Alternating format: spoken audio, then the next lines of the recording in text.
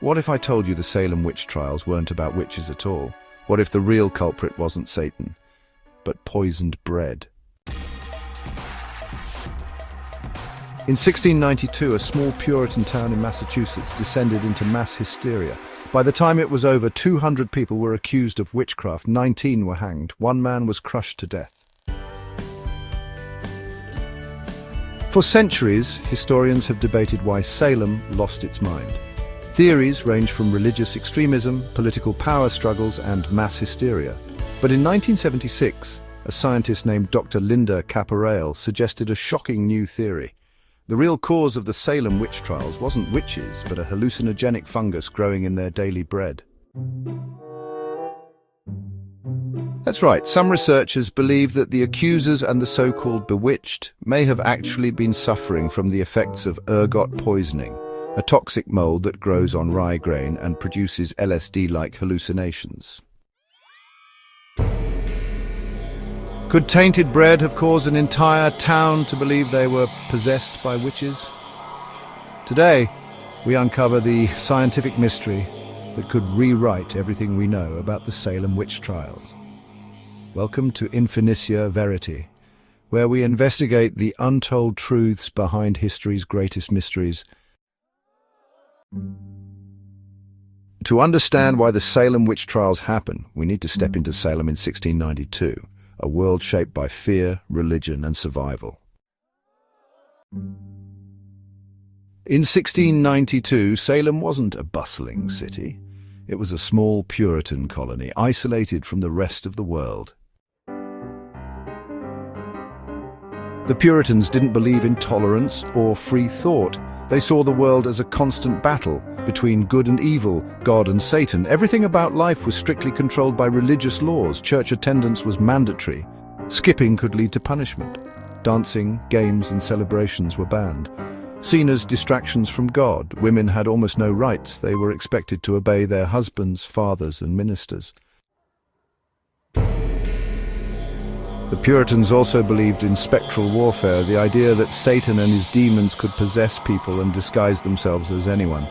So, when bad things started happening, they didn't look for logical explanations. They blamed the devil. By 1692, Salem was falling apart. Several factors set the stage for hysteria. Smallpox epidemic disease had swept through the town, killing families. Frontier wars, attacks by indigenous tribes had left settlers terrified of invasion. Political chaos. The colony had no stable government and leadership was weak. Food shortages and harsh winter crops had failed and people were starving. In January 1692, two young girls in Salem, Betty Paris, aged 9, and Abigail Williams, aged 11, started exhibiting strange behavior. Symptoms they experienced included uncontrollable fits and screaming, hallucinations of dark spirits, speaking in strange languages, and feeling pinched and bitten by unseen forces.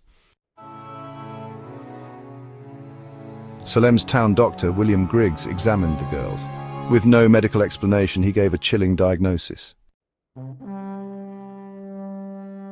Under pressure, the girls named 3 women as witches. Tituba, an enslaved woman from the Caribbean accused of practicing black magic; Sarah Good, a homeless beggar disliked by the community; and Sarah Osborne, an elderly widow who rarely attended church. By now, we know that Salem in 1692 was a town gripped by fear and paranoia. But what if the real cause of the hysteria wasn't religion or politics, but a toxic mold growing in their food supply? In 1976, a scientist named Dr. Linda Caporael put forward a radical new theory.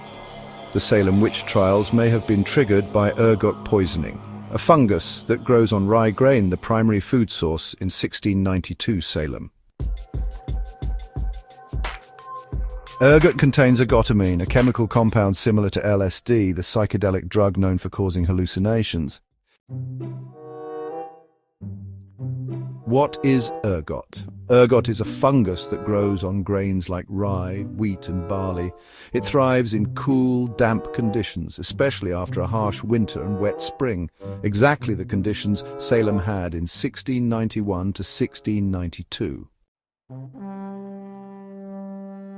When contaminated rye is ground into flour and used to bake bread, people who eat it can experience serious side effects. The symptoms of ergot poisoning are eerily similar to the behavior described during the Salem Witch Trials. Sound familiar? These symptoms perfectly match the descriptions given by Betty Paris, Abigail Williams, and the other afflicted girls in 1692. According to Dr. Caporael, Salem in 1692 had the perfect conditions for an ergot outbreak. Climate. The winter of 1691 was cold and wet, followed by a damp spring perfect for ergot growth. Diet rye was the main grain used for bread in Salem, meaning most people ate contaminated food daily. Young victims. The first to show symptoms were young girls, whose bodies would have been more sensitive to ergot toxins.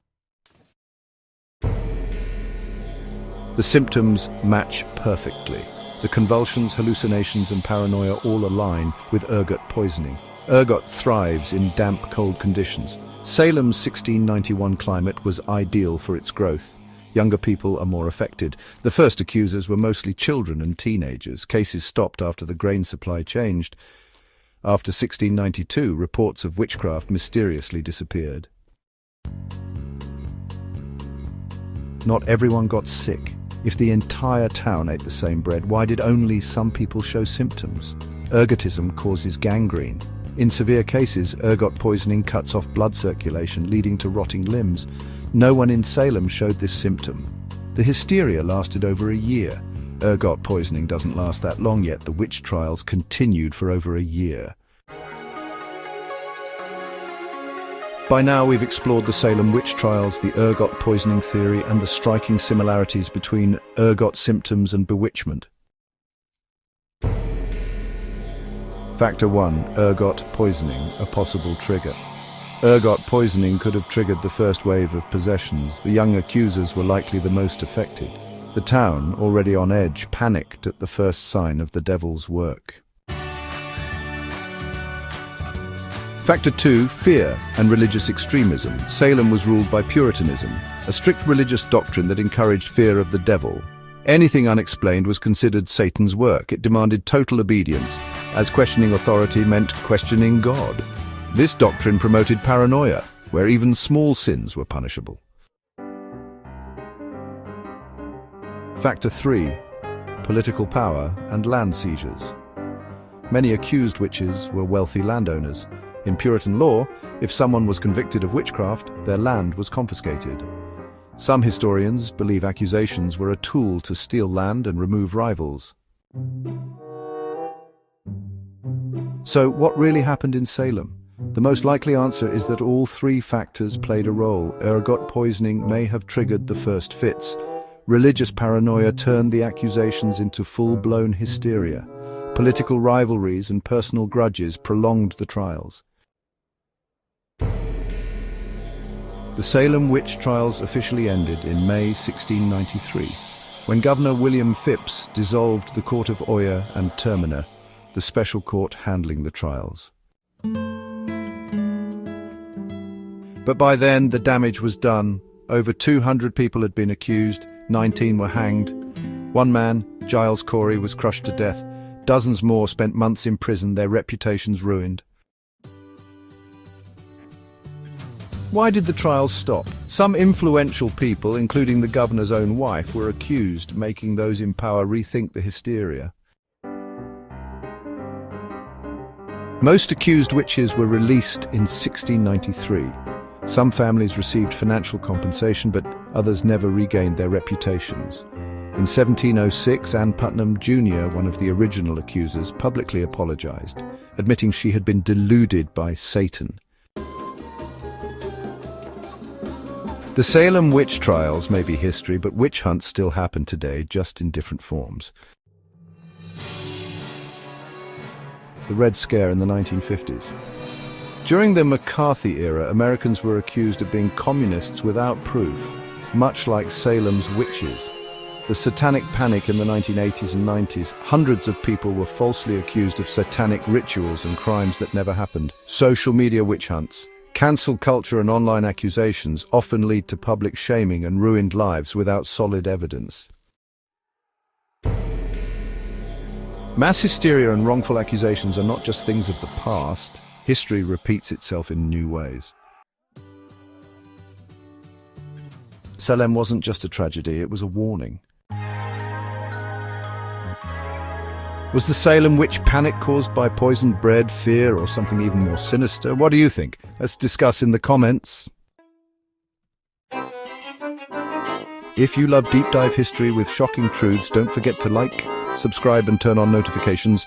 More mind-blowing investigations coming soon. This is Infinitia Verity, where history isn't just told, it's uncovered. See you next time.